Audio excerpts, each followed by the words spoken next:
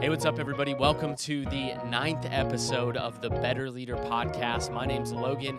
Glad you all are joining us. We're back after a little bit of a break over the summer. Going to be coming at you on the podcast regularly this fall. And today we have 3 topics, and those topics are being on the front lines as a leader, the curse of being too familiar with an environment, and then also getting started in something for the first time. So let's talk first right here about being a frontline leader, I'm a big history buff, as you all know, if you've listened to the podcast, and there's actually an author named Stephen E. Ambrose, and he wrote the book Band of Brothers, which was turned into the popular television series, and Stephen E. Ambrose also wrote a book called Citizen Soldiers, which I recently listened to, and this book is basically telling the story of World War II from infantry troops and airmen who were just regular citizens who were called into the war. And one of the things now in World War II, the U.S. and the Allied forces did a lot of things well, but I want to talk about one of the ways in which they kind of failed as we look back on the events historically. So the Allied Expeditionary Force, or the AEF, which was led by General Dwight D. Eisenhower, was actually one of the most successful amphibious invasions that has ever occurred. It's just this large scale. I mean, when you see the video of this event, it's unreal what they were able to accomplish in 1944. And now this happened in June of 1944, but things weren't all smooth. It wasn't all smooth sailing as soldiers traversed inland and across France. And actually, as the fall came about in the invasion and then into the winter, we know the popular Battle of the Bulge, as the Germans in one last-ditch effort tried to attack on the Western Front and had some success, but we also see in the fall as well, as the Allied forces and U.S. soldiers are gaining ground and moving along. Really, we get to see in this book the struggles that happened on the front lines. There were poor living conditions.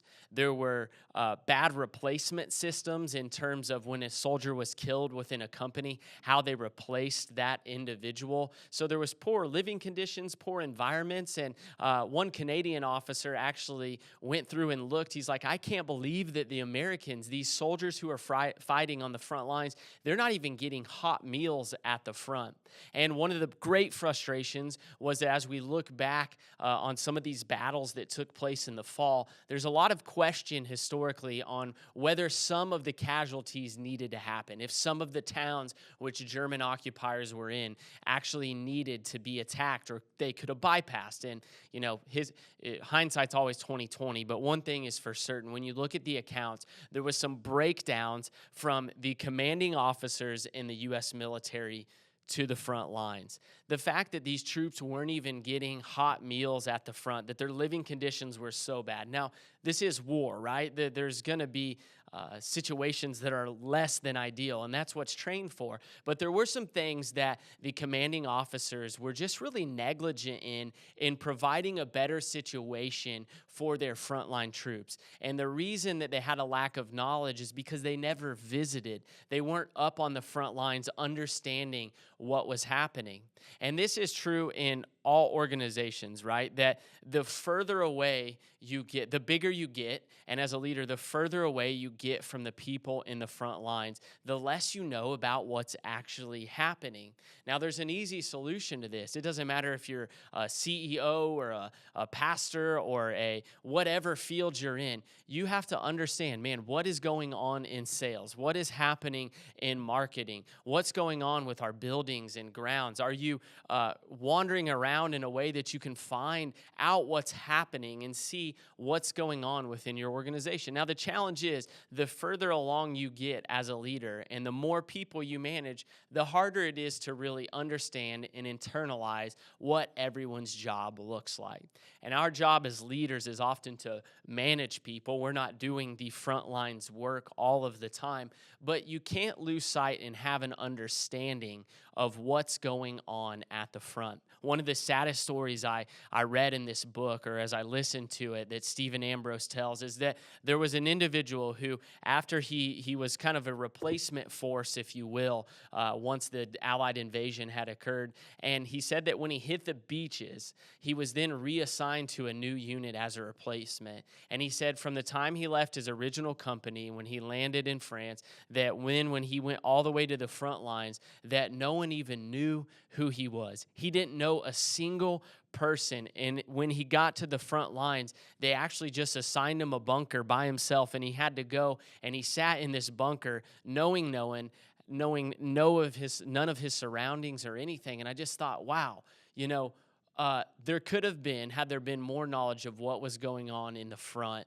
a better situation than this. And what happened as a result of this is that the replacement casualty rate was far, far, far greater than those who had originally been within a unit. Why? Because they hadn't been trained properly. They hadn't been grouped in a manner that allowed for a great onboarding process. And I certainly understand, and I think we can look back with grace that these were unprecedented times for people, but it is a lesson in leadership that the U.S. military would have thrived more had they had more frontline knowledge. And that's something that's readily available to us all, is do we know what people in our organization are doing at every level? And as leaders, we have to fight for understanding even the simplest of jobs. What's going on? How is the work culture for people all across our organization? And so there's power in getting to the front lines and having real conversations with real people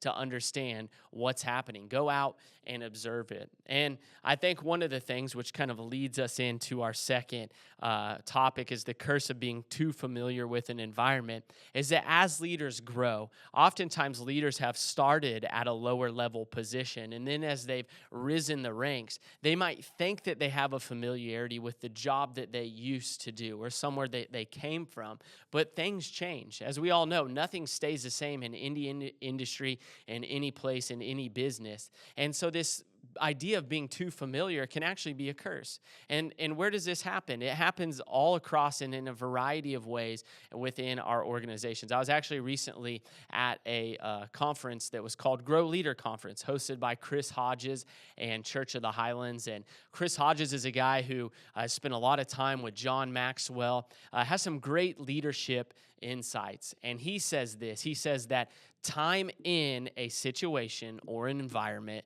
erodes awareness of. Time in a situation or an environment erodes awareness of. Let me give it to you this way. At your house, wherever you live right now, there are things that when you walk in the door, your brain is on autopilot. You don't see them because it's always been that way, or it's always been there. I'll give you a recent example. My wife and I received as a gift after a funeral a flower arrangement. And we had placed this flower arrangement in our living room, and we were trying to decide what we were going to do with it. And to be honest, we neglected it because we have 3 children, and the last thing that we were thinking about is taking care of this flower arrangement, this plant. And so as it was in our living room, we stopped caring for it, and it started to die. And then finally, after like 3 weeks, I finally realized we've got to get rid of this thing. It looks totally out of place in here. And as I took it and I threw it away because it was no longer good, I came back in the room, and I was just like, wow, it looks so much cleaner. It looks so much better. But for 3 weeks, I had ignored it. It's the same reason why when you have guests over to your house, you notice things that you've never noticed before. You're like, man, my baseboards are dirty, or I have to make sure every square inch of the bathroom is clean. Because when we have guests in a place, it heightens our sense of awareness. But our brain, in any situation, is going to try and do the easiest thing. We're not trained to notice these things all the time. And I think this happens in our places of work, in our businesses. I see this in restaurants all the time, that the time that people have spent there has eroded their awareness of what an environment is like. So we always have to be fighting to look and say, man, that carpet needs to be swept. This light fixture needs to be replaced. These signs aren't clear enough and don't actually show someone what to do. When we get too familiar with an environment, it erodes our ability to see it as someone new, or someone who's coming in for the first time, or a prospective customer, or a repeat customer. We have have to pay attention to these things because our time in an environment will erode our awareness of it. And if we're to pursue excellence, we have to be able to continue to renew and have fresh eyes. There's two things that I think we can do to battle this. One of the things that helps me so much is when I go to somewhere new. When I go to a new restaurant, when I go to a new grocery store, when I go check out another church, when I go to a new environment, someone else's house, it refreshes my eyes and I see things. Whenever I go to someone who's in the same industry as I am, back when I was coaching, when you would go to a coaching conference and you would see the culture that another program had set or the way that they ran a certain offense, it gives you a renewed mindset to look at what is it that I am doing and how do we need to change? How have I become too familiar with what's going on? You need to go to people in your industry who are doing things well, who are doing things better than you, and you need to ask yourself, what are we familiar with? You need to go somewhere new, whether that's traveling, going across the street, or checking out somewhere new and asking, what is working for them in this environment? What is working for them in their culture? And this doesn't just apply to the way things look or anything that's outward facing, but it also goes back to internal operations too. Every organization has ways on the back end that you have done things. And oftentimes these are hard things to change, but that doesn't mean just because you've done it that way for 5 years or 10 years means that this needs to continue to be the way that you operate. When we're exposed to new things, it gives us fresh vision for how we can do things better, how we can do them with a greater sense of excellence. So we got to go and see new environments and new things. But also the thing we have to do is we've got to listen to fresh eyes in an environment.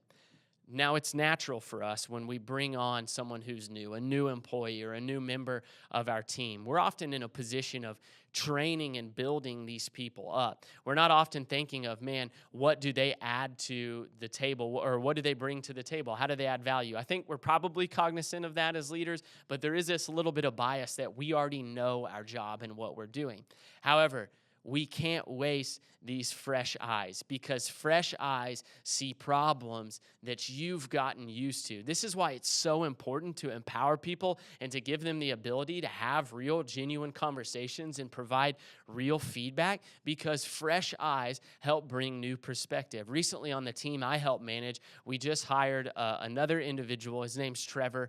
He's worked with us for a long time or been involved with our organization for a long time, but as we've hired him, what I've noticed is for our team, our dynamic, many of us have been doing it for several years, but Trevor is doing some of these things for the first time, and he's brought in fresh eyes, and he's helped us to do things better. He's questioned, why are we doing things a certain way? And it's helped us to improve. It's helped us to be more effective, or it's helped us to be able to explain, hey, here's how we used to do it, and we failed in this way, and this is why we do it now. But we can't waste these opportunities to listen to fresh eyes within our organization. And it doesn't mean we take every direction and that we're totally just flying by whatever they're saying. We wouldn't do that, of course, but we have to be able to listen, and we have to be able to listen with wisdom because there are going to be times where you've already learned a lesson the hard way and knowing what does work and what doesn't work, but allow people to come in and to ask new questions. Don't get stuck by the curse of familiarity because time in erodes awareness of. The last thing I want to talk about today is doing something for the first time.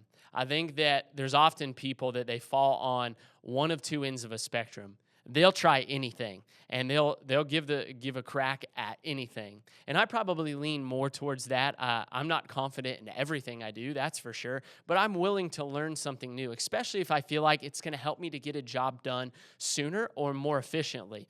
And then there's people who are a little bit more timid. They're maybe a little less willing to try something new, and that's totally all right as well. These people probably are less likely to spread themselves thin by saying yes to too much. But I do want to speak to these people, and maybe you're a little bit hesitant to try something new for the first time. I just want to encourage you to lean in.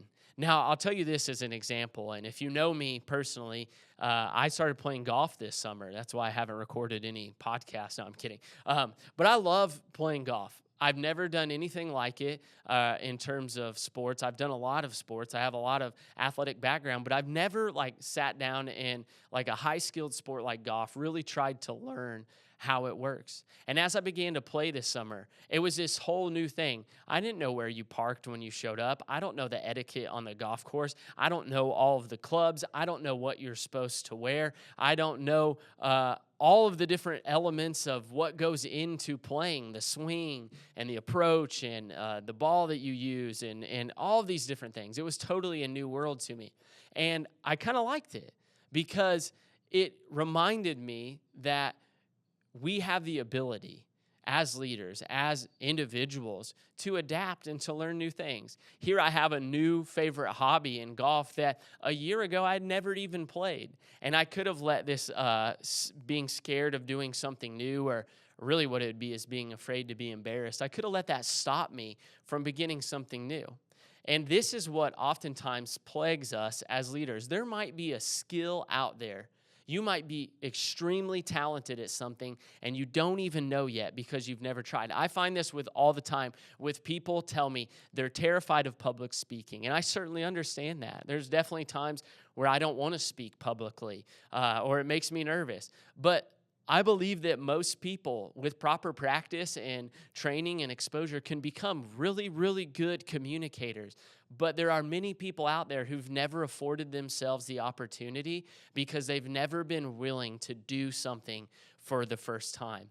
You know, all the things that I've learned through the years with cameras and photography, live production and live streaming, I didn't know any of these skills at one point. Graphic design, I didn't know any of these things, but I had people challenge me to learn. I saw people around me doing it, and I started to try those things, and I'm so thankful. I don't say that with any sense of pride because there's definitely hesitancy on my end to do those things, but I'm so glad I dove in and tried to learn those skills and that God gave me the confidence to try those things, because without it, I wouldn't be able to do what I currently do now. And so my challenge is to you is, what is that new skill you've been thinking about that's been on your mind? I want to try that. I want to start doing that. Or I think I might enjoy that. Why don't you say yes to it? There's going to be some things that you do for the first time as well. You'll do them and realize, I don't really enjoy that, and that's not something that I'm good at. And that's all right as well, but at least you will know. You know, I think about even going back to beginning this podcast. I remember there's a little bit of sense of like going to be embarrassed because I'm like, I know I'm not like this amazing leader or anything, but I have a passion for leadership. I have a passion for maybe teaching people and learning from them, helping people learn from the mistakes that I've made. And there's a little bit of putting yourself out there when it comes to that. And I remember the first time I set up for it, how long it took me, some of the technical difficulties and troubleshooting it took. It's so much easier to do now than it was the first time that I did it. But if I would have stopped after the first time, or if I would have never started after the first time, I wouldn't be able to get to do something that I enjoy now. So my challenge for you is this, is learn a new skill. What if in the rest of 2024, as you move into the new year, what if you would learn a new skill that would help you in your profession, that would help you within your family, in your friend group, would help you to add value to other people? I hope that encourages you, and I hope it challenges you, because I believe that you have a higher capacity than you're giving yourself credit for, and I believe that God has given you gifts, skills, and abilities that you haven't even learned yet. Well, I want to thank y'all for joining us again for the Better Leader podcast, and we'll catch you next time.